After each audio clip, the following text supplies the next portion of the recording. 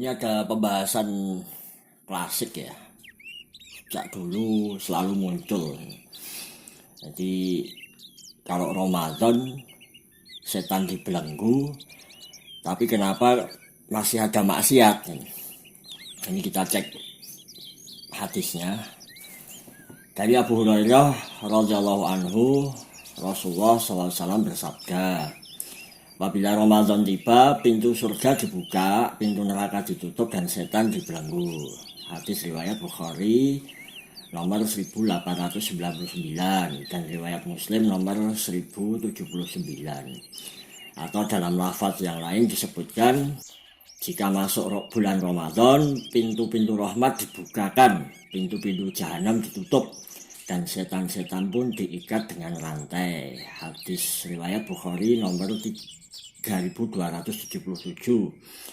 dan riwayat Muslim nomor 1079. Nah, itu penjelasannya ya.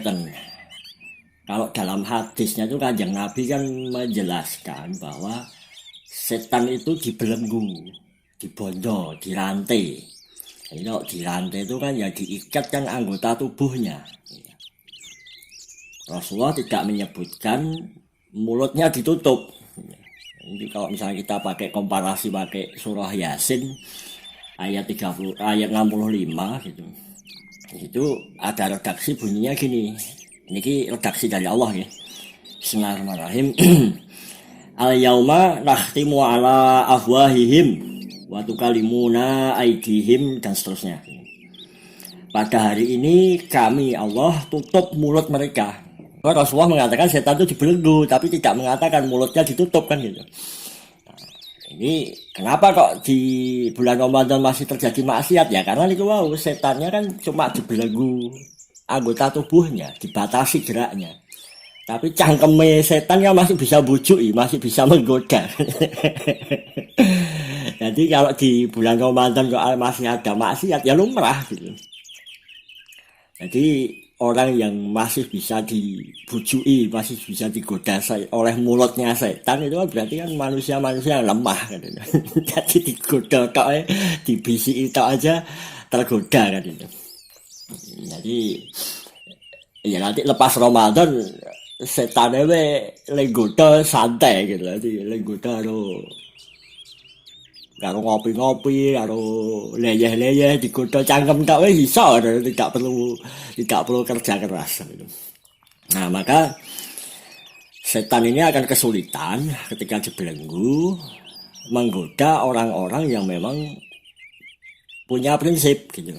Maka kan itu disebut oleh Allah kan di ayat puasa itu kan ya ayyuhalladzina amanu kutiba alaikumusiyam. Jadi yang dipanggil oleh Allah itu kan orang-orang yang memang sudah punya modal prinsip gitu.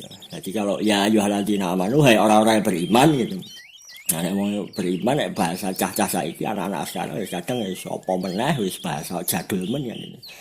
Tapi coba misalnya kita artikan hai orang-orang yang punya prinsip gitu. Orang-orang yang punya keyakinan, orang udah punya keyakinan kan akan menjadi prinsip gitu. Nah, prinsip apa? Prinsip tauhid gitu, bahwa saya hamba punya Ndara, punya Tuhan yaitu Allah. Allah memerintahkan puasa kan itu. Nah, maka prinsip saya sebagai hamba ya patuh kan ini. Nah, ini baru orang-orang seperti inilah yang susah digoda oleh setan. Nah, nanti selesai Ramadan gitu, ketika setannya dilepas, ya setannya kan lebih rekoso gitu loh, menggoda. Jadi kalau kita bayangkan gini, orang yang lemah, tidak punya prinsip gitu, ini setannya dibelenggu gitu, gue lihat atau bokep gitu, atau ngomong yang jelek atau marah lah gitu, cukup dibujui dengan cangkeme setan aja sudah tergoda kan itu. Jadi setannya itu tidak perlu repot bergerak ke sana kemari gitu. Bayangkan aja misalnya kalau untuk membuat kita itu pengen lihat hal-hal yang maksiat, setannya masuk ke aliran darah yang ke mata, terus mungkin gosok-gosok saraf. Nah, kata dibelenggu ya nggak bisa kan itu. Tapi kalau bagi orang yang nggak punya prinsip dibisiki tok gitu sudah tergoda kan. Jadi ya penjelasan logisnya gitu, penjelasan masuk akalnya gitu. Hadisnya nggak salah, Kanjeng Nabi itu benar gitu. Kanjeng Nabi itu sudah memberikan informasi yang akurat bahwa setannya itu di bulan Ramadan tidak bisa goda yang aneh-aneh gitu, tidak mobile gitu, tidak lincah dalam menggoda. Dia hanya menggoda lewat lisannya saja gitu, karena mulutnya kan cangkemnya setan tidak disumpal, tidak dilakban lah.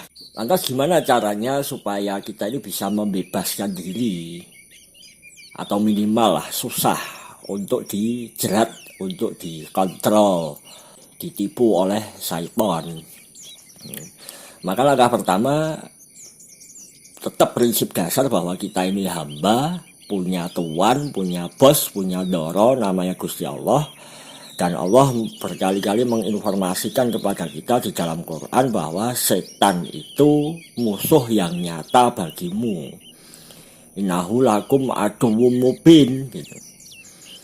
Nah, coba kita sudah bisa belum menyadari bahwa kita itu punya musuh besar, yaitu setan.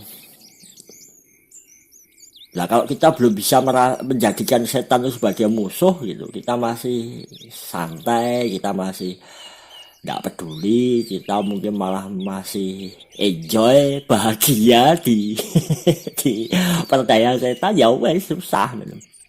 Allah mengatakan musuh yang nyata, yang namanya musuh tuh ya harus ada kebencian gitu. Kita harus dongkol minimal tuh jengkel kalau terperdaya oleh setan gitu. Kita tuh dikalahkan oleh setan, misalnya berbuat maksiat itu ada kejengkelan, ora trimo. Jadi kalau kita bermusuhan sama manusia yang lain gitu kan, kita kan ada rasa tidak terima kan, sudah dikalahkan gitu.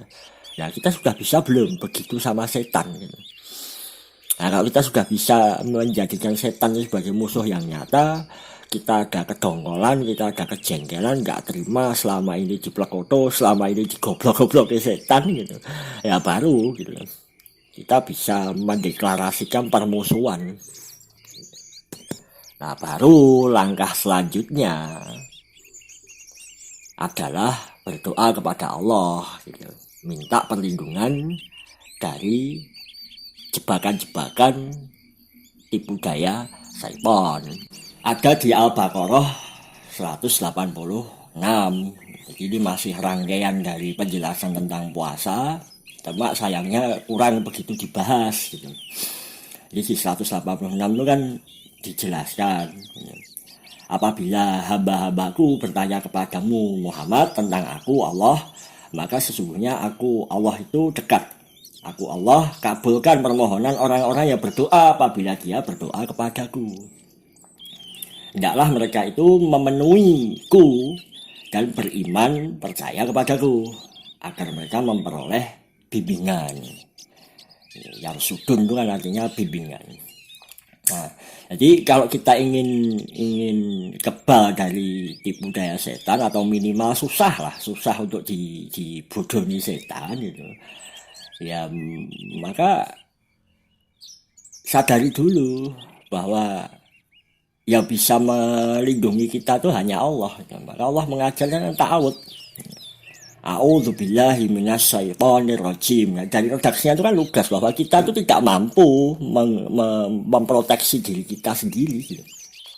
Maka kita diajarkan oleh Allah untuk berdoa, mohon sama Allah. Bahkan untuk susah dibujuki setan, kebal dari tipu daya setan pun kita tidak mampu. Yang mampu, yang bisa memampukan itu hanyalah Allah. Nah, maka di bulan Ramadan ini kita diperintahkan untuk banyak-banyak berdoa sama Allah, karena Allah itu dekat gitu. Nah, ini termasuk rahasianya kenapa kita disuruh menahan lapar, menahan haus gitu. Itu kan gini kan, puasa itu ya kurang lebih 13-14 jam kan gitu. Menahan lapar, haus kan gitu. Jadi fokus kita terhadap kandungan, sesuatu hal sifatnya duniawi itu ditahan sebentar gitu, supaya kita bisa fokus melihat, merasakan bahwa Allah itu dekat gitu. Jadi ibaratnya kayak waktu kita nongkrong lah gitu. Sering kan kita tuh nongkrong sama teman-teman kita gitu, kelihatannya duduknya berdekatan tapi masing-masing pegang handphone gitu. Jadi akhirnya tidak menyapa satu sama lain. Ya sama persis kita sama Allah, karena keseharian itu kita fokusnya tuh mikir keduniawian, obsesi-obsesi, ilusi-ilusi tentang dunia ini. Akhirnya Allah yang sejatine itu dekat jadi nggak kita perhatikan, maka wajar kalau Allah terasa jauh gitu. Maka dibelenggu, ditahan dulu hasrat duniawinya supaya bisa melihat merasakan bahwa Allah itu dekat.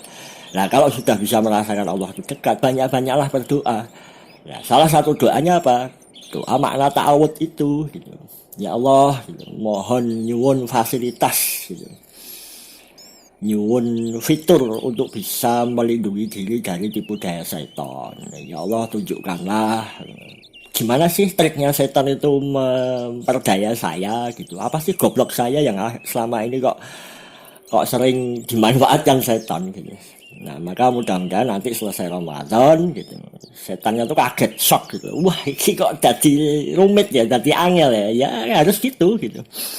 Kita harus bisa membalik keadaan. Jangan mau dong digobloki setan terus, diperkoto setan terus. Maka mudah-mudahan Syawal besok Allah izinkan kita menjadi mutakin dan setan kesulitan, setan shock, setan kaget melihat perubahan diri kita, kok ini kok jadi punya Iron Dome jadi punya proteksi yang bisa menangkis, bisa paling tidak minimal kita bisa mengenali oh ini setan yang membujui lewat penglihatan, oh setan yang membujui lewat emosi, oh setannya mau bujui lewat keinginan gitu.